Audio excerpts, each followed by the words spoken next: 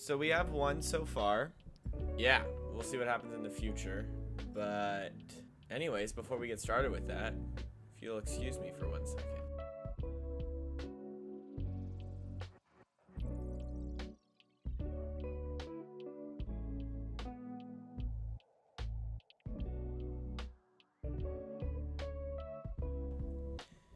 I said this series might be 1 episode, 2 episodes, 4, 6 at most. I don't think we're getting to 6.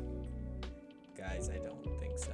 But that makes sense, right? Like when I first had this idea and I pitched this whole thing of I figured that these creators that I'm reaching out to are massive and I'm not. And most of them, every single one of them actually, except for 2. I've watched in the past. I've been a fan of, I would even say. But anyways, so this is an interview that I had with Pchow, also known as Pokemon Challenges, also known as Jan, and he's great. He was an absolute pleasure to talk to. When we were no longer recording, he also gave me a couple tips of what I should and shouldn't say, which was super cool.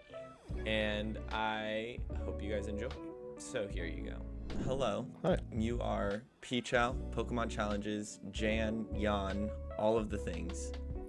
That's right. That's right. So tell me a little bit about who you are and what you do. I'm Jan, aka PChal on the internet. I play Pokemon on YouTube and Twitch, and the concept of my channel is to make mostly old Pokemon games as hard as possible and then try to beat them. My specialty is usually the so-called Nuzlocke challenge, which is a specialized type of challenge in the Pokemon community. And I'm kind of the Nuzlocke guy on YouTube, I guess. The Nuzlocke guy. So That's me. talking kind of about that, right? Like your persona and kind of what you're known on the internet. How did you get into content creation? I think I made my first Pokemon YouTube videos when I was 13 years old. It was also challenge run content. I think it was a Teddy Ursa solo run of Pokemon Platinum, if I remember correctly.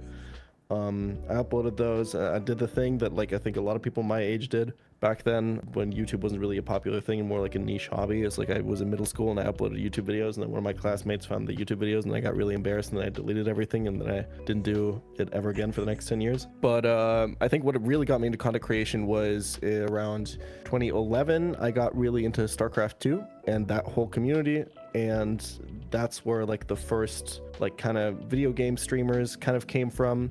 People like Day9 and Destiny at the time and stuff like that. A lot of content creators back then that I would watch a lot, and that kind of transitioned me into the League of Legends space and Hearthstone space, just all these online gaming communities that were very present in early Twitch, or I guess back then Justin TV. And I think watching those a lot and watching a lot of the content creators a lot growing up in my formative late teens, at some point I was holy shit, yeah, I want to be a streamer one day. That sounds awesome.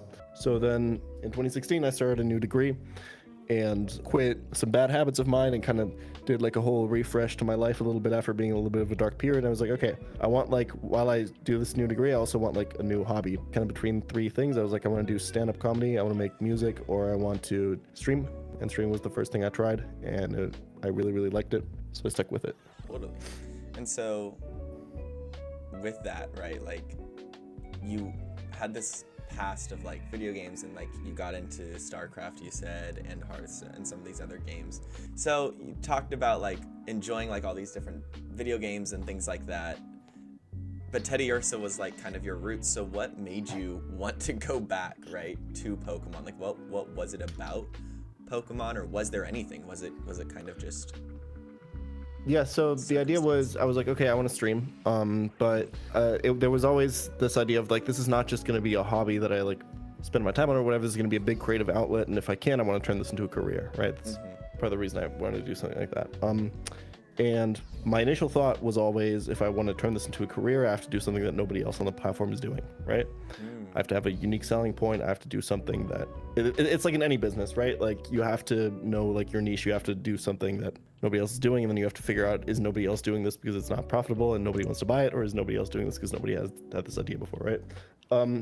So I was I between me stopping to create content in I guess 2008 and 2016, I was still always playing challenge runs of Pokemon. I was always doing Nuzlocke. Like I think in 2009 or something, or 2010, I found the original Nuzlocke comic and started playing my own Nuzlocke. I don't know if that timeline lines up. I think it might have been later, but regardless, I was always doing like Nuzlocke and kind of tough challenges of like ROM hacks and stuff like that, kind of just in my free time. I had like long commutes to uni, so I'd do it on like my phone and stuff like that. And I was always kind of disappointed that there was no content about this on the internet. There was no streamers doing this specifically. Like there were some YouTubers doing Nuzlocke, but they weren't really, you know, like taking it seriously. It was more like, oh, look at the cool random Pokemon I got. Here's episode 47 of my Nuzlocke. And specifically in this like hardcore gaming community of Twitch that I'd grown into with StarCraft and League of Legends, Hearthstone and all that, there was nobody in that space doing anything like that at all. And I was like, I really want to watch streams about that, but I can't. So I guess I should be creating those streams instead. And that's how I ended up doing those runs on Twitch. That's how I ended up starting out. That's why I picked the name Pokemon Challenges initially, to have like the very strong branding up front. Yeah. That's amazing. And kind of like with that, exactly, like I feel like back in that time, because I didn't discover you till probably 2-3 years ago, right? But like when I was a kid and stuff, and I would watch all of the episode 55 of my Egglock or whatever, like I would watch all of those as a kid, but it wasn't until like super recent. Oh, my cat. It wasn't until super recent that I guess not super recent, right? Like 2-3 years ago that I stumbled upon this hardcore Nuzlocking space. And so kind of talking about that, how did you stumble upon the Nuzlocke, right? Like what was it that brought you to it? Did you see someone do it? Was it the YouTubers, right? Or I think the first contact I had with the Nuzlocke was the original Nuzlocke comic back when it was called Pokemon Ruby Hard Mode. Somebody had linked that webcomic on the Smogon forums, which I was using back then for like competitive battling stuff. And I started reading that comic and got really into it and started doing like my own Nuzlocks. And that webcomic back then also had forums attached to it where people would post their own runs and their own kind of comics and stuff like that. And that was like my first contact with like this proto like Nuzlocke community kind of. Give me 1 second. Yeah, that was like my first contact with that kind of community. And I think what I liked about it, I mean, I didn't know that at the time, but like if I have to like recreate it a little bit for me, is like I think Nuzlocks kind of speak to the same kind of neurons in your brain that make you like roguelikes, like your Hades and your Binding of Isaac and stuff like that. It's got just the right amount of like random elements and stakes to make you keep coming back, or at least that's how I feel about it. I think it's that's not what it was initially for the community. I think a lot of it was about storytelling back then, right? And like a lot of people say it's like, oh, it's about like creating a greater bond with your Pokemon, giving them like the nicknames and stuff like that. And I think that's true for a lot of people. But I think what kept me coming back to it personally was that like, oh, I lost this run, but now I get to start a new run with a whole new batch of encounters and get to open the loot box again of those early encounters and try again and see how I can push it through, and kind of iteratively try to improve as I play. That's kind of what got me playing them, I think. Yeah, 100%. So thinking about that, right, like your mindset going into a Nuzlocke, right, is, I think we can both agree, it's different than the average person. I've done my fair share of Nuzlockes, and yeah, it is more of the story of like, I build the team of 6 that I like, and when one dies, I get super discouraged, like, yeah, totally. So then, do you encourage people and fans to attempt the Nuzlocke? Do you think it is a significant, like, do you think there's a barrier there of like, okay, actually understand the game first, or is it something where you think it's open, right? Anyone can attempt it, anyone can try it, and in fact, you'd encourage them to do it? I think if people find out through this challenge, through my content, that's probably the subsection of people that like Nuzlocke more for the same reason that I do. And if someone finds them through other content, then they're probably more prone to play the Nuzlocke for like other motivations, like storytelling and building bonds with these Pokemon and stuff like that. And obviously this is like not a binary thing, right? There's a gradient between those people and stuff like that. But I think people who see like at least some part of that in their enjoyment of Nuzlocke are probably just going to gravitate towards my content more naturally. Just the gamers, I guess. Yeah. I don't really explicitly encourage or discourage anyone to do like any kind of run on my channel. I'm more there to like play for myself, and then if other people play the same runs with like similar rule sets to me, I like to watch them and, you know, build a community that way rather than basically I like to give a platform. It's like, hey, here's this cool way of playing Pokemon. It's really fun if you're into like hardcore gaming and, you know, trying attempts over and over and like doing really tough challenges. If you're into that, we have a community for that. Or if you just want to see someone like do it but not really do it yourself, you can watch my videos, right? But I'm never gonna, yeah, I don't think I do any like active, I don't have to do any active encouragement, right? Ideally, because my content should speak for itself, right? And speaking right exactly to that of like not really needing to do a lot of that encouragement, you've fostered a pretty substantial community of people on the internet, in Discord, on Twitch, that love the Nuzlocke, right? I would also say that other streamers have gravitated towards the Nuzlocke because of some of the, you know, leaps and bounds that you've made in the Nuzlocking space.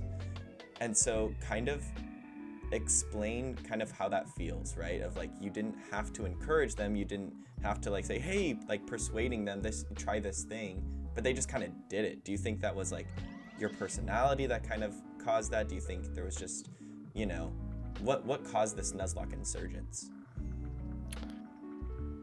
That's funny because there's a fan game called Insurgents. Sorry, that just crossed some wires in my brain. I think so. There's this thought I have about content creation where like you can make content out of anything that you like, that you're passionate about, but your job as a content creator is to frame this thing in a way that shows other people why it's cool.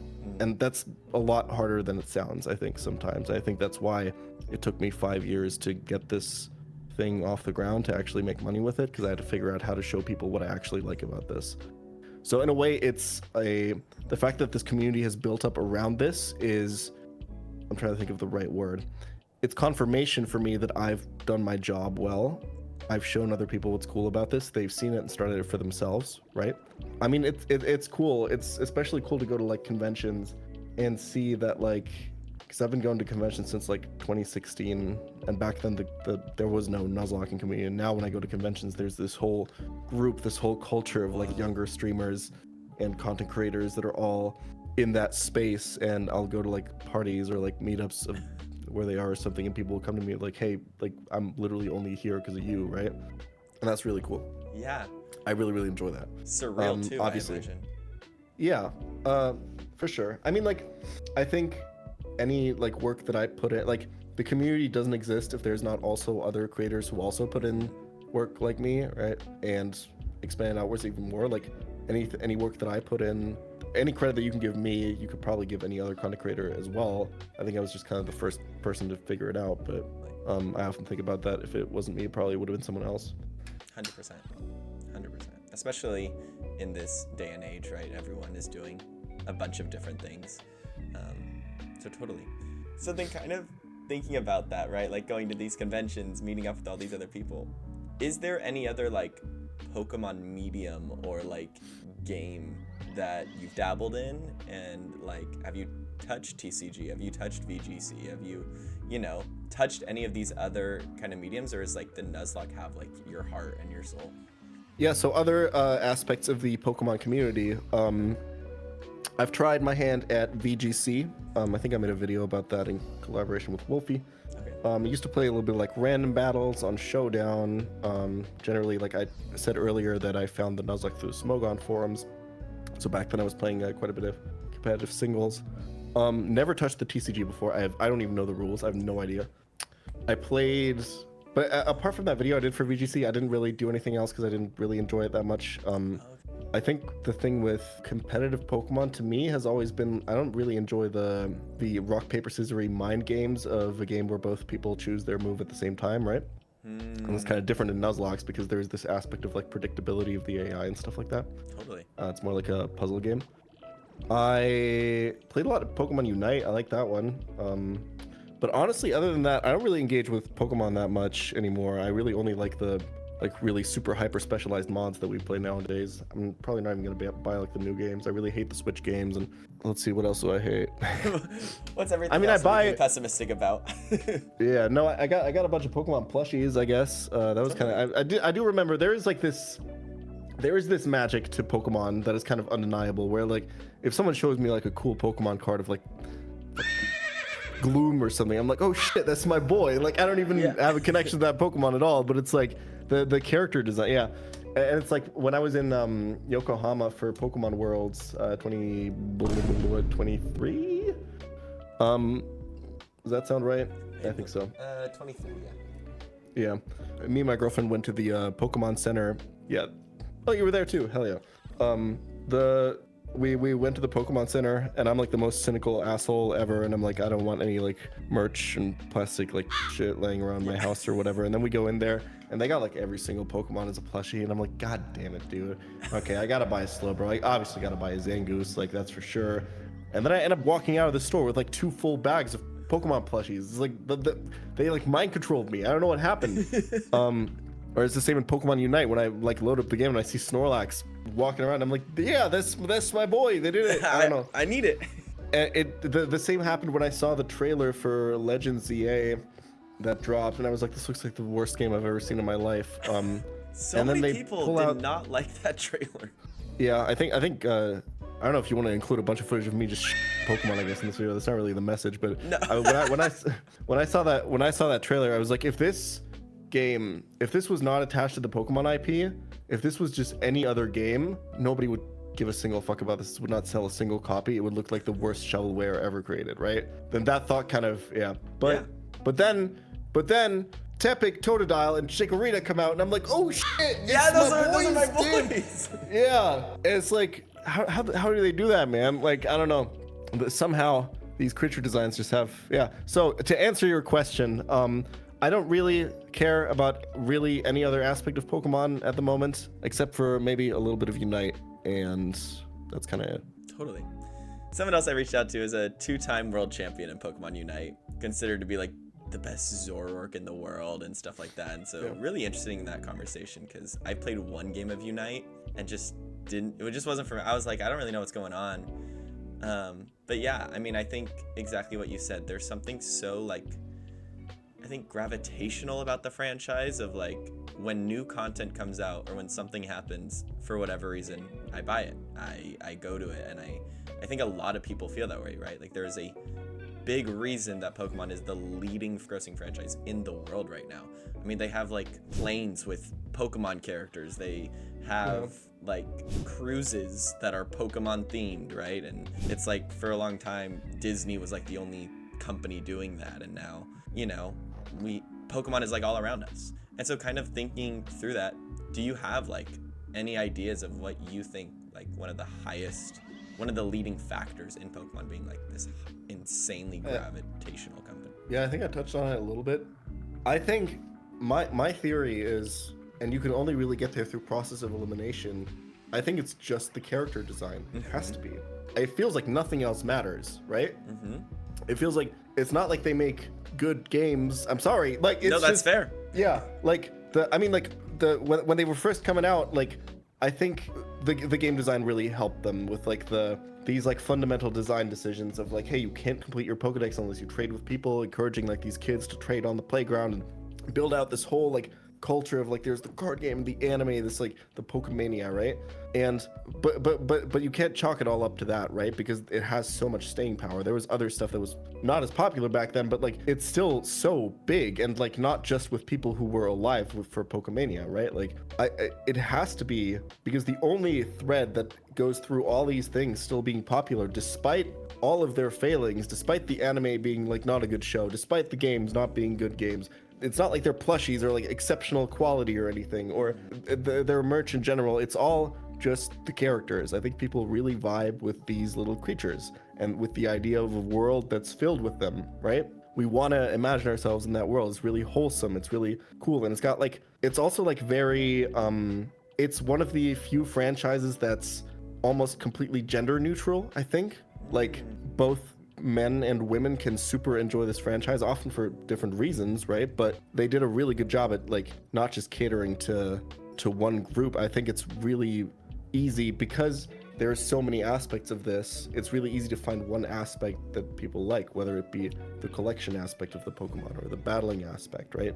Or the games and the exploration, or the card game, or the watching the anime, or whatever it is, right? By having this like multifaceted thing and having a little bit of everything and them not being complete dog shit and them all being connected to this world, I think they've just built something with a lot of staying power. But it always comes back to people really like these creatures, people like these characters. I think it's the character design, that's the only thing. Because we see clones of Pokemon pop up and everyone's like, oh, this is the Pokemon killer, and then nobody cares about it a month later. Exactly. And I think part of it, whenever I see this is like, I can't put my finger on it, but these don't look like Pokemon and nobody will care about these characters.